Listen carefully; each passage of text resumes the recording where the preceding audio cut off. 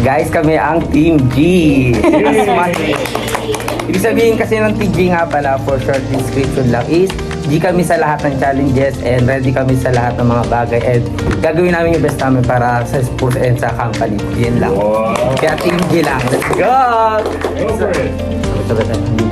Ang aming napiling project ay Eco Fashion Project. Wow. So, here's our blueprint.